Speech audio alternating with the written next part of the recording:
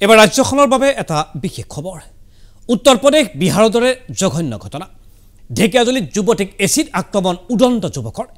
দিব্যা সিং নামৰ এগৰাকী যুৱতীক এচিড আক্ৰমণ খেদি যুৱতীগৰাকীক এচিড আক্ৰমণ কৰিলে যুৱকগৰাকীয়ে শৰীৰৰ আধাতকৈ বেছি অংশ এচিডে দগ্ধ কৰি পেলোৱা যুৱতীগৰাকী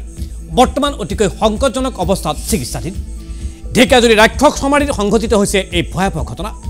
বাচ্চু কৰ নামৰ যুৱকজনে যুৱতীগৰাকীক এচিড আক্ৰমণ কৰিলে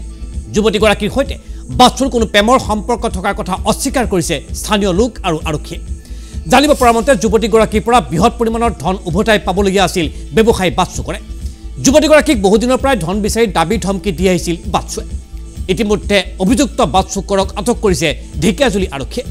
ঘটনা সন্দৰ্ভত তদন্তও আৰম্ভ কৰিছে শোণিতপুৰ আৰক্ষীয়ে আনফালে এই ঘটনাৰ পাছতেই উত্তেজিত হৈ পৰিছে সমগ্ৰ অঞ্চল ঘটনাক লৈ সৰব হৈছে স্থানীয় দল সংগঠন দুখিক কঠোৰ শাস্তি বিহাৰ বাবে প্ৰশাসনক দাবী ৰাইজ তথা দল সংগঠনৰ আক্ৰমণকাৰী বাচ্চুৰ ফাঁচীৰ দাবী তুলি শতাধিক মহিলাই ঘেৰাও কৰিলে ঢেকিয়াজুলি থানা মূৰ গাল ডিঙি হাত ভৰি পিঠিত আঘাতপ্ৰাপ্ত দিব্যা সিং সম্প্ৰতি চিকিৎসা সংকটজনক অৱস্থাত চিকিৎসাধীন অৱস্থাত আছে তেওঁ চিকিৎসালয় আৰু সবিশেষ জানিবলৈ আমি আপোনালোকক পোনপটীয়া সম্প্ৰচাৰ লৈ যাব বিচাৰিছোঁ গুৱাহাটী চিকিৎসা মহাবিদ্যালয়লৈ য'ত উপস্থিত আছে আমাৰ সতীৰ্থ সাংবাদিক বিতুপন এই মুহূৰ্তত দিব্যা সিঙৰ অৱস্থা কেনেকুৱা যিগৰাকী যুৱতী এচিড আক্ৰমণৰ বলি হৈছিল বিতুপন হয় দেৱজিৎ ভূঞা আশাক মই প্ৰথমে এটা কথা উল্লেখ কৰিব বিচাৰিম যে এই যিটো বিষয় এই যিটো কথা এই যিটো খবৰ সেই খবৰটো কিন্তু বৰ্তমান সময়ত এটা সৰু খবৰ নহয় আৰু এই যি ঘটনা আমি যদি চাবলৈ যাওঁ সেয়া ইউপি বিহাৰ অথবা বহিৰাজ্যত দেখিবলৈ পোৱা গৈছিলে কিন্তু এচিড এটেক যি এই বিষয় এই যি ঘটনা সেই ঘটনা কিন্তু পুনৰ যিহেতু এই ৰাজ্যখনত সংঘটিত হৈছে আৰু ঢেকিয়াজুলিৰ যি ঘটনা সেই ঘটনাৰ পিছত কিন্তু এক কথাত ক'বলৈ গ'লে এক চাঞ্চল্যকৰ বিষয় যে বিবেচিত হৈছে আৰু চাওক যদি চাবলৈ যাওঁ এচিডৰ নিচিনাকৈ যি এটেক এচিডৰ যি আক্ৰমণ সেই আক্ৰমণে প্ৰকৃততে কি বুজায় আৰু যিগৰাকী যুৱতীক প্ৰকৃততে এচিড আক্ৰমণ কৰিছে সেই যুৱতীগৰাকী বৰ্তমান সময়তো সংকটজনক অৱস্থাত আছে আৰু যিজন যুৱকে এচিড আক্ৰমণ কৰিছে সেই যুৱকজনকো কিন্তু ৰাইজে ইতিমধ্যে উত্তম মাধ্যম সোধাই যিহেতু আৰক্ষী গতাই দিছে কিন্তু যিহেতু যদি চাবলৈ যদি যাওঁ সালফিউৰিক এচিড সেই সালফিউৰিক এচিড যি বিষাক্ত যি এচিড সেই এচিড ক'ৰ পৰা আহে আমি ইতিমধ্যে বিভিন্ন যি আমি তথ্যৰ পৰা আমাৰ হাতত আহি পৰা যি খবৰ সেই খবৰৰ অনুসৰি সালফিউৰিক যি এচিড সেই সালফিউৰিক এচিড প্ৰকৃততে বিশেষ যি আচলতে যদি চাবলৈ যায় যদি বিশেষ তথ্য থকাৰ পিছতে বা বিশেষ নথি থকাৰ পিছতে কিন্তু ক্ৰয় কৰিবলৈ যেহেতু অনুমতি দিয়া হয় কিন্তু এই সালফিউৰিক এচিড ক'ৰ পৰা আহে বা কি ধৰণে যেহেতু বিক্ৰী কৰা হয়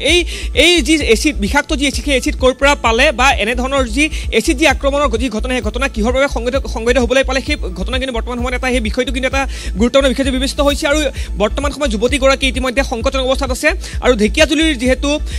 চৰকাৰী যি চিকিৎসালয়ত ভৰ্তি হোৱাৰ পিছত বৰ্তমান সময়ত আমি চাবলৈ যাওঁ যুৱতীগৰাকীক ঢেকিয়াজুলিৰ গেট মেডিকেললৈ যিহেতু প্ৰেৰণ কৰা হৈছে উন্নত চিকিৎসাৰ বাবে আৰু মই ইতিমধ্যে উল্লেখ কৰিছোঁ যে সালফিউৰিক এচিডৰ নিচিনা যি বিষাক্ত যি এচিড সেই এচিড প্ৰকৃততে ক'ৰ পৰা আহে বা সাধাৰণ যি লোক সেই সাধাৰণ লোকে ক্ৰয় কৰিবৰ বাবে ক'ৰ পৰা অনুমতি পায় বা যি বৃহৎ নেক্সাছ সেই নেক্সাছটো বা এনেধৰণৰ যি বিষাক্ত যি এচিড সেই এচিড বিক্ৰী কৰাৰ ক্ষেত্ৰত কোন জড়িত হৈছে সেই বিষয়টো কিন্তু বৰ্তমান সময়ত এটা অতি গুৰুত্বপূৰ্ণ বিষয় হিচাপে বিবেচিত হৈছে ইতিমধ্যে আপুনি উল্লেখ কৰিছেই যে এনেধৰণৰ ঘটনা এচিড এটাকৰ নিচিনা যি ঘটনা সেই ঘটনা ইতিমধ্যে যদি চাবলৈ যাওঁ ইউপি হওক বিহাৰ হওক মহাৰাষ্ট্ৰ হওক বা বিভিন্ন বহিৰাজ্যৰ বিভিন্ন স্থান দেখিবলৈ পোৱা যায় কিন্তু অসমতো পূৰ্বতে দেখিবলৈ পোৱা গৈছিল যে বিভিন্ন প্ৰেমজনিত কাৰণত এনেধৰণৰ যি এচিড এটেকৰ যি ঘটনা দেখিবলৈ পোৱা গৈছিল বা বিভিন্ন যিহেতু ঘটনা দেখিবলৈ পোৱা গৈছিলে কিন্তু পুনৰাবৃত্তি যিহেতু হ'বলৈ ধৰিছে বা যিহেতু এই যি ঘটনা এই ঘটনা পোহৰলৈ আহিছে যে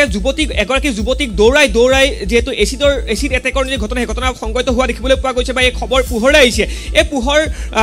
খবৰ পোহৰলৈ অহাৰ পিছত কিন্তু প্ৰকৃততে প্ৰশ্ন উত্থাপন হৈছে যে এনেধৰণৰ এচিড কিহৰ বাবে সুলভ হৈ পৰিছে বজাৰত বা এনেধৰণৰ এচিড আক্ৰমণৰ ঘটনা কিহৰ বাবে বৰ্তমান সময়তো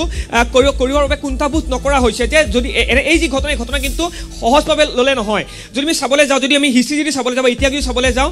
প্ৰেমজনিত কাৰণত এনেধৰণৰ ঘটনা সংঘটিত হয় বা বিভিন্ন যিহেতু ঘৰুৱা ঘটনাত এনেধৰণৰ ঘটনা সংঘটিত হয় যি ঘটনা এচিড এটেকৰ ঘটনা সংঘটিত হয় কিন্তু এই যি ঘটনা এই ঘটনা কিন্তু বৰ্তমান সময়লৈকে আৰক্ষীৰ যি তদন্ত সেই তদন্তত পোহৰলৈ অহা নাই যে এই ঘটনা প্ৰেমজনিত ঘটনা নহয় কিন্তু এচিড যিটো বিষয় সেই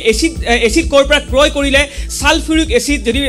মই ইতিমধ্যে উল্লেখ কৰিছোঁ সালফিউৰিক এচিড ক'ৰ পৰা ক্ৰয় কৰিব পাৰে আমি যদি নৰ্মছখন যদি পঢ়িবলৈ যাওঁ সালফিউৰিক এচিড ক্ৰয় কৰিব নোৱাৰে কোনো সাধাৰণ ব্যৱসায়ী ক্ৰয় কৰিব নোৱাৰে সালফিউৰিক এচিড ক্ৰয় কৰিব নোৱাৰে কোনো